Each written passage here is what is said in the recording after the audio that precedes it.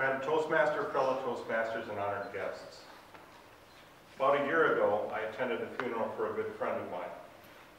He was a co-worker and a very strong manager at my company, and he was tragically killed in a motorcycle accident on the 4th of July. As I walked up to the church, I was amazed at the long line of people that was coming in, waiting to get into the church. I would estimate there were approximately 1,000 people there for his funeral service. As Dan's family and friends talked about how he'd impacted their lives, I realized why I liked him so much. The fact was, he was a servant leader. Robert Greenlee first coined that term, servant leader, in an essay he wrote in 1970, shortly after he retired. He said that a servant leader is a servant first. And it begins with a natural feeling that one wants to serve. The best test is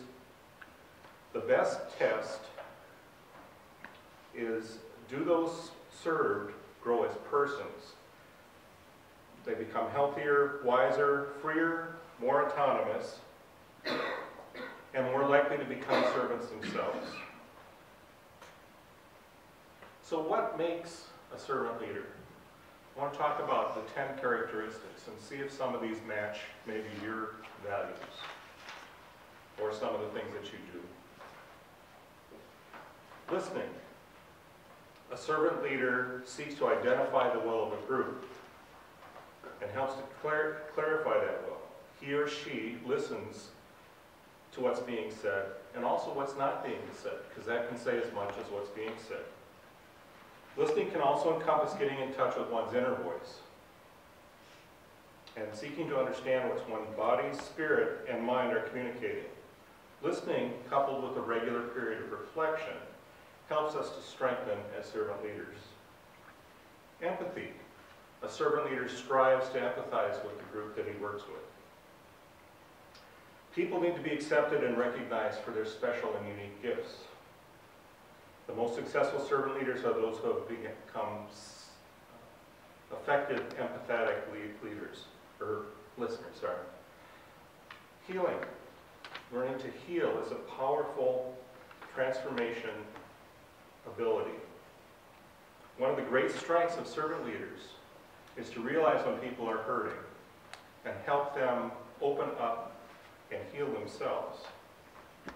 Many people in today's world are beaten down and discouraged at work or just in general in the world. And a successful servant leader would be able to help get them back on the right track. Awareness. A servant leader has to have an awareness of the group and also where his group is traveling. They need to make a commitment to fostering awareness, but you can find that that's kind of scary because part of that is being aware of yourself. So as you try to discover yourself, you may uncover things that aren't necessarily good. So you have to be brave when you deal with awareness. Persuasion. An effective servant leader doesn't tell you what to do so much as he persuades you. He tells you why it's important to do what you need to do.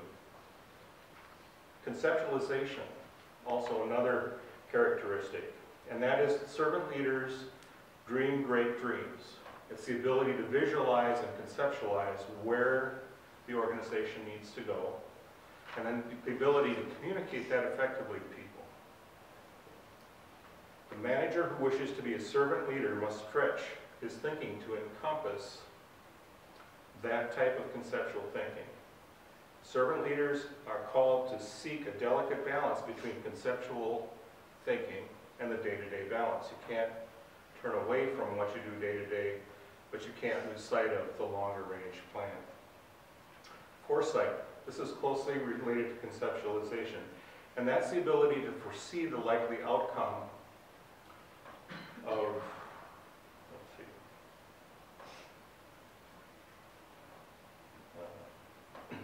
foresight is a characteristic that enables a servant leader to understand the lessons from the past, the realities of the present, and the likely consequences of a decision for the future.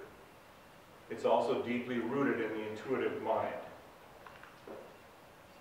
As such, one can conjecture that foresight is one of the servant's characteristics which one may be born to. Stewardship. Robert Greenleaf's view is all institutions, one where there's a CEO, staff, and trustees, all play a significant part in holding their institution in trust for the good of society. How many times have we heard about companies that are not working for the good of society, but the officers are out to make a buck? So that's counter to being a servant leader. A servant leader is also committed to the growth of his people.